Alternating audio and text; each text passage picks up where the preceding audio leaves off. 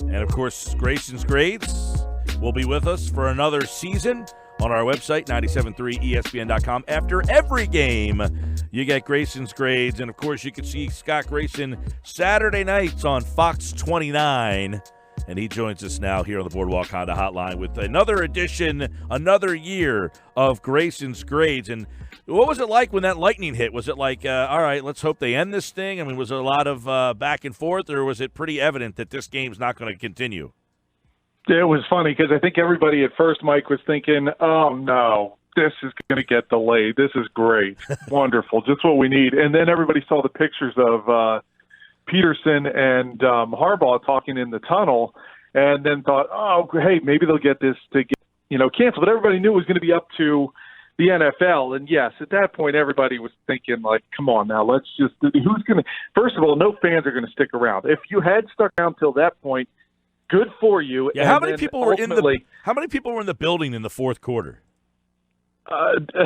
More honestly than you probably would have expected. I mean, attendance is certainly not what you would think, or not what you are used to seeing at a regular season game. And a lot of people had left at halftime, so many of them didn't even see McCown's third quarter. But, it was just at that point everybody was going to be leaving, and you're just waiting for the word. And some reporters had headed down thinking, okay, the locker room's going to be open during, while this is going on because these guys want to get out of here. And then they were sent back up to the press box and then ultimately sent back down once the game was terminated. So it was just a crazy night. Yeah, and I know, the game was very sloppy. It was a painful game to watch. But let's start off with a couple of the positives from this game as Grayson's Grades posted.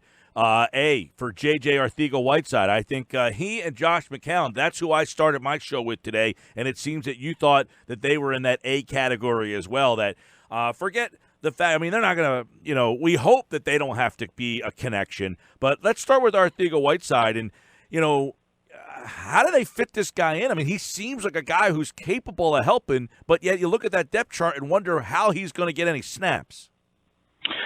Yeah, I think you hit the nail on the head there, and it's just going to be a grind for him to find that playing time. But clearly the Eagles know they have something there, especially as you look down long term.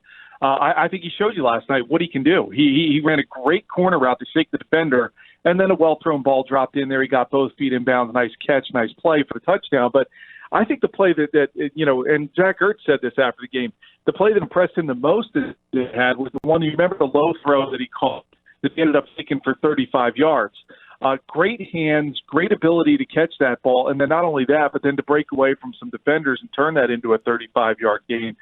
Ertz, and I agreed with him, that was probably his best catch of the night for J.J. Arcega-Whiteside on that play. To do that, I think what you see is a guy who's going throughout the year find a way to get a couple of more balls thrown to him as the season progresses. And, of course, if somebody gets injured, he's helping you with your depth, and he'll come in, and I think he can play a couple of different positions for this team. And that's where I think he's going to ultimately maybe start showing you that, hey, you can let Nelson Aguilar go at the end of this season.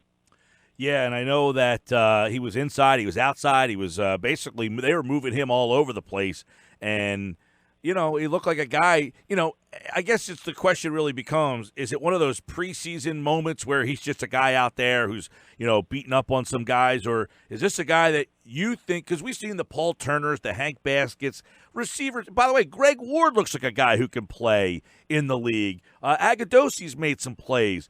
How many of these guys can play in the league when the lights go on is really the question. Arcega-Whiteside looks like he can.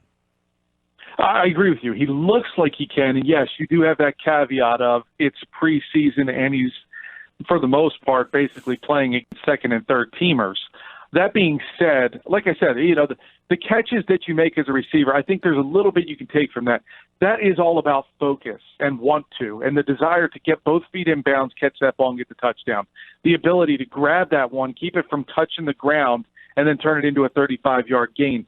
That is all about desire, focus, and want to, and he showed that. And that's something that I think at that position on the field, in those moments at that kind of a time, those are plays that whether you're playing against first-teamers or second-teamers or third-teamers, you've got to be able to make those plays in this league. And I think that's where he's just going to be. It's going to be, though, it's just going to be, you're going to see him for a few snaps here and then a few snaps there. And maybe as the weeks progress, his snap counts start creeping up. If he can show that reliability, those great plays, the ability to make those kind of key plays in practice, then he'll get those opportunities in some games as well. Now, Scott, you and I have been at the Super Bowl together the last couple of years. We all know the importance of the backup quarterback in getting them there. I know McCown has only been here a handful of days, but I think last night you saw the advantage of having that veteran around as opposed to a Nate Sudfeld, who had not played poorly. I don't think this is rip on Sudfeld. This was a veteran guy who comes in there. If something were to happen to Wentz, you feel like the season doesn't just, fall apart because you've got a veteran who's very capable. And if you put a lot of talent around a veteran, he can utilize it. Yeah, you know what impressed me the most about McCown, and I didn't even put this in the grades last night. It looked ugly when the shotgun snap, Yeah, that was early. Ball on the second play of the game. But what impressed me the most about him was the way he was changing plays, and that's where I think you saw his comfort level as he got into the third quarter really start to come back, the rust shaking off. He was changing plays at the line of scrimmage, and Arcega-Whiteside, who I talked to after the game, mentioned that as a thing that shocked him was he was looking out there and he's seeing McCown changing plays at the line, and he's thinking, what is he doing? What is he changing into? And sure enough, he said as the play developed, McCown had made a great check. The defense had done something he had recognized. And I think that when you look at getting a good backup, the model in years past, right, has been you get a young guy who's going to be an up-and-coming talent in this league, and he plays, and maybe you ask him to play a game or two based on injury in front of him. But I think what you're seeing is out of Nick Foles and Josh McCown that the Eagles have found is these guys that can recognize what they're looking at and not be surprised, not make that costly turnover because they didn't see that defender or the secondary, defensive back was going to make that jump on the ball or behave in a certain way. McCown's ability to recognize those defenses and call out of plays, I think last night was, after 3 days of practice, was unreal. And I think for me, that's what you're looking at your thing here out of the Eagles for a backup quarterback is some guy who has all that experience and get you out of a bad play. Yeah, Scott, they mentioned that on the broadcast. Tucker last night said, hey, he's changing the protection. He sees something coming from the left side, and he's changing the protection. You figure a guy in there 3 days, how many plays did he have in his arsenal? You would think, because so many times we hear at the trade deadline or things like that, like, oh, this guy's not ready to play. He doesn't know the playbook. And I'm thinking to myself, I always kind of like, come on, just get a guy out there, tell him to run a couple of plays. You can always throw 5-6 plays to a guy in a couple of days. And I thought last night was evident of that, here's a guy who came in here 3 days, and he had to have more than 5 plays ready to go last. And he played, half 2 quarters. Yeah, he did. He got a lot of playing time. They had to run a lot of plays in order to rack up 24 pass plays as well as some runs mixed in. And he did. I thought he had a great feel for what was going on in the game, and that was what impressed me as well. And he certainly didn't have time to develop any kind of chemistry with any of the receivers out there, but he made some nice, well-thrown balls to Greg Ward. Carlton Agudosi got one. And the way that he just started to, it almost felt like his first look was going to be Arcega-Whiteside after, to me that was a sign of respect. The way that he kept looking his direction, that showed you something, too, about Arcega-Whiteside, that this 17, 18-year veteran has, who's been through so many different receivers, so many different players, was looking to him a lot and trying to throw the ball his way. I think that shows you a little bit more about what McCown thought of him. So, it was just impressive that for very little to no work with this line, with these receivers, that McCown was able to go out and do what he did last night. Yeah, and a couple other A's that Scott Grayson's grades right now here on the Sports Bash Live, 97.3 ESPN. Scott has an A for Whiteside, Arcega-Whiteside, A for McCown, Brandon Graham also. And I want to go Graham and Rodney McLeod together because, McLeod is coming off of an injury. That was his first time playing since September of last year. And Brandon Graham is a guy who he got off to a slow start last year, due in part that maybe he just wasn't ready to go. And I thought the first team defense as a whole looked pretty dominating out there for the short time they were together. Well, they were dominating the line of scrimmage, and Brandon Graham was a big part of that. And what I've seen out of Graham is here's a guy who has gone to the coach and said, I want to play in the preseason. He just wants some reps. some live action to get out there and get a feel for the timing and things like you were talking about that, he felt like he was missing a little bit of last year and was a little slow to get started. Here's a guy who wants to come out right from one and really make a huge impact. And the play he made last night, just the recognition, you see the mental reps coming to play, where he bust off the line of scrimmage and blew up a jet sweep for a 4-yard loss. That's all in recognizing a play and then having the desire to get the guy down, because that tackle wasn't easy either. And he brought the guy, Hollywood Brown, down for a 4-yard loss. To me, that showed, hey, Brandon Graham, he's ready to go. Rodney McLeod, you mentioned him not playing in about a year. It's always great when you get to talk to these guys. You see them after the game and you hear, we weren't sure he was going to play last night, but he did, obviously. And he played pretty well. And his speed looked good. He got out there. And the big thing for him was just to get some rust shaken off. And honestly, he started talking about having butterflies about getting back out on the field. And you hear that from a veteran, a guy you've talked to many times, who it's just, old hat to go out there and play this game. This was great to hear that this is a guy who has been dying to get back out there, shook off some rust, had some butterflies before the game. It felt good to hit somebody, he said, to get out there and run around. And I think you're looking at a guy who's very eager to come out and make a huge impact again for the Eagles. And I really do. I think he and Malcolm Jenkins are among the best safety tandems in the league. Scott, Grayson has Grayson's grades right now. L.J. Ford, I do want to go there because linebacking, we don't know what's going on with Bradham, and that's a spot where, I don't know, do you have an answer to what guys are going to get playing time in that role if Bradham, is unable to go on September 8th? Well, Ford certainly made his case, I thought, last night. He was making some pretty good reads. He was doing a good job of bringing guys down for a loss in the backfield when he got back there. Certainly, he's not totally solid and 100% a guy who could be a starter in this league routinely, or else he would be. But I think he's certainly, doing a good job of showing the coaches what he can do. Again, you talk about recognition. So much of what you see on defense is having the confidence that what you think you see is what you see and reacting to it. And I thought Ford, for the most part, believed in his head to get his body to react and made plays. And that's what you need out of linebackers. But you're right. If there's one position on the field, particularly on defense, you have a lot of questions about coming into the regular season, linebacker is it. And L.J. Ford, I thought, did a good job of last night making a case to say, hey, Coach Schwartz, give me some of those reps. I can produce and make some plays there and not hurt you.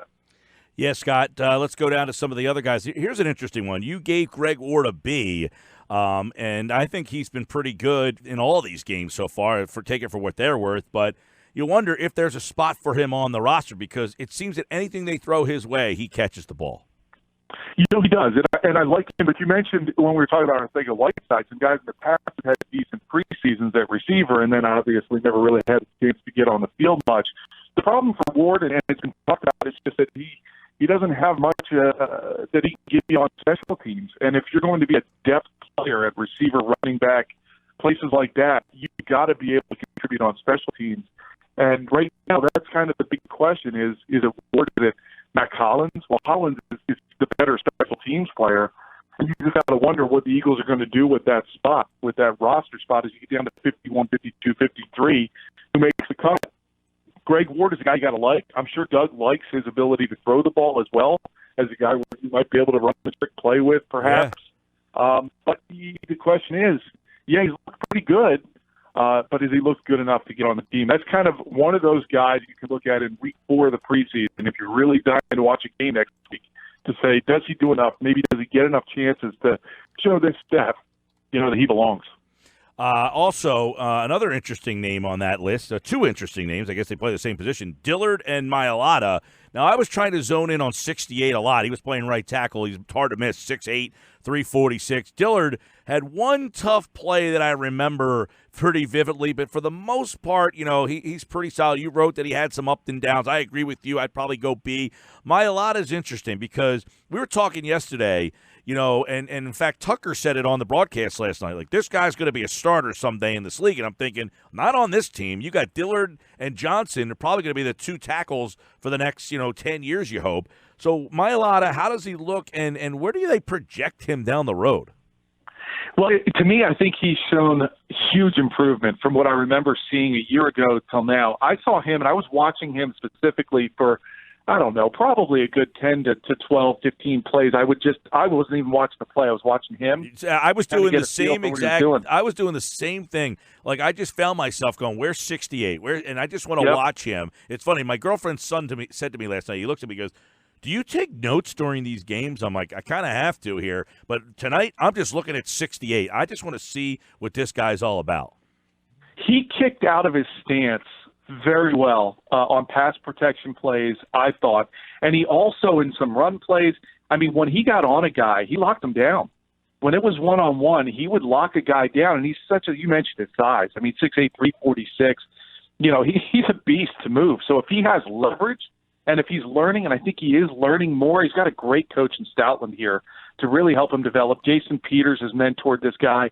If he's not going to be a starter here, I think he's about a year away from potentially getting or garnering some really good trade material if the Eagles look to move him. Or maybe they move somebody else if they feel Mulata has an even brighter future.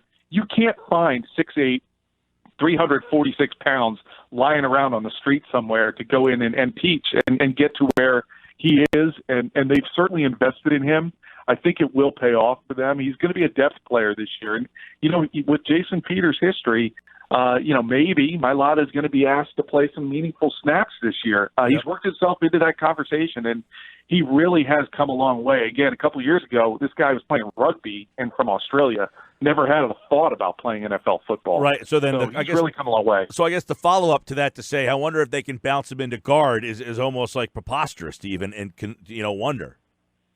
Yeah, I think they really look at him as being a tackle. And look, if he can really lock it down, you know, like I said, he was locking guys down one-on-one. They weren't moving him. And you know, he's got to make the right reads, which is the first part that he's got to continue to develop. His footwork looks much better to me. His hands look better. The penalties, he did draw some penalties last night. He's got to fix that. Same thing could be said about Andre Dillard as well. He drew too many flags last night as well. But that's easy enough to fix. Those are mental more than anything else. And I think that's where both those guys are really trying to get to. Yeah, you know, there was a play where somebody went inside on him and he kicked out and the guy took an inside on him and you know, he got beat there. So it seems that sometimes, you know, he doesn't have that feel yet. When he gets his hands on you, you're done. I mean, he's just got you. Let's go to a couple other guys real quick. Grayson's grades. McKinnon's funny. You gave him a B. There was one point he got beat in the corner, and I tweeted out, something tells me McKinnon's not going to make this team. He played pretty well in the second half, though. Yeah, I mean, I had him like borderline DF going into half. And he did. Like, I'd seen your tweet, too, and I was thinking the same thing. Like, boy, this guy's doing everything he can to not get a job here. And he did have a much better second half. And that's what you want to see out of a defensive back is that short-term memory. I thought McKinnon did a good job of not letting the first half affect the second half unless it, you know, motivated him to have a better second half. He almost had an interception in the second half. And I thought, you know, he definitely needed that third quarter. And it brought him up to what I thought was a B. I didn't like the way he got beat in the end zone. It certainly wasn't good. I was borderline BC is what I gave him. I went with the B.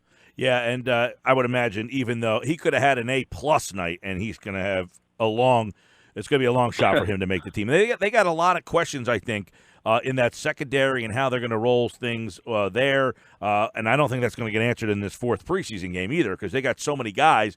We talk about this a lot. If they got three guys on the field, two very capable players are constantly going to be standing on the sideline for them.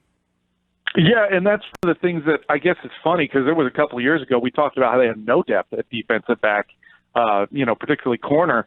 And now it seems like they've got, through the injuries of the past few years, really have guys who've gotten some good experience. And I think that now they've just got to figure out what's the right combination of guys to get out there and how are they going to play. You just haven't seen them. You haven't seen some of these guys who are coming back from injury. Rasul Douglas had a weak moment last night, but overall I thought he's played pretty well in his 2+ years with the team. You know, and then you're looking at Sidney Jones. Will he come around finally? You got Ronald Darby. How healthy is he going to be as this finally starts? Looks like he should be fine. They just don't want to run him out there and take any injury chances. But, yeah, they've got to figure that out. I think it's good that they have that kind of depth. Now it's just a matter of who goes where and plays in the right spots at the right times. Yeah, and, you know, also another part of Grayson's grades, which has been a big conversation. You had Cody Kessler, by the way, as a C. It appears that he could have been an A, and he probably won't make this team either. Also, Mac Hollins is a C. A lot of people think he's going to make this team, as pretty much a shoo-in. It'll be interesting to see him, Ward, Agadosi, I think, can play a little bit. I just think Hollins probably, because of his draft status, probably gets the nod. Yeah, it's certainly, and again, special teams. That's one area that he kind of has a little bit of an edge on some of those other guys. Is special teams. Then you put the guy in. If you're talking about, well, who makes the team as a special teams player most likely, and you're either taking that extra receiver or perhaps that extra running back, you could throw Wendell Smallwood in the conversation as competing with Matt Collins for a roster spot. But I agree with you. I think Hollins is probably the guy out of the group you named that has the inside edge, and it's up to somebody else to beat him out in this next week. Ward is probably the most likely candidate to beat him, but we'll see how it plays out. And then finally, Grayson's grades. I don't know how this isn't an F-. You gave it a D. The NFL preseason, which has been a big topic of conversation. In fact, there's a tweet, a little chain going on right now between Dan Orlovsky and Ross Tucker about the preseason. And Orlovsky tweeted, when you do joint practices, it's 3-4 days. Your starters get 80-plus good reps in all situation versus the other team's starters. In a game, a preseason game, they get maybe 8 to 10, and you don't know the situation. And, we've had a lot of different, points on this, but you gave it a D last night because I don't know how much you learned from that game last night. Well, I think I gave it a D. I was, again, going to draw this up as an F, but I gave it a D mostly for that third quarter because from the Eagles' perspective, I thought, you know what, I think we learned a little bit in live bullet action, right, from Josh McCown, who had to face rushes and hits and all that kind of stuff coming right off of high school practice a week ago into that kind of environment. And then you look at Arcega-Whiteside, and I felt like, you can learn a couple of things in those kind of situations that he was asked to play in last night and say, okay, there is a little bit of value to the NFL preseason games. But to me, the joint practices is clearly the future. The coaches have figured this out. And ultimately, the league is going to have no choice because I don't know, honestly, unless you're getting tickets for free from somebody, why are you even going to watch these games as a fan? And I just think it's a shame that this product in the preseason has gotten to this point. But I think ultimately, look, there's nothing more valuable than week one. Your starters who are getting all this money to be healthy. Well, how do you keep them healthy? You got to protect them. How do you keep them protected? You control the environment. You can't do that in the game. And you're right about the situations. I mean, Carson Wentz has, in these joint practices, probably went through so many great 2-minute drills against the ones from the Ravens and the rest of the starters. You're talking 2-minute drills. You're talking about, fourth down situations. You're talking about, 2-point conversion attempts, first and goal line situations to go.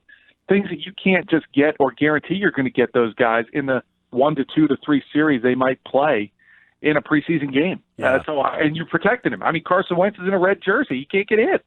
It's a perfect situation for these coaches.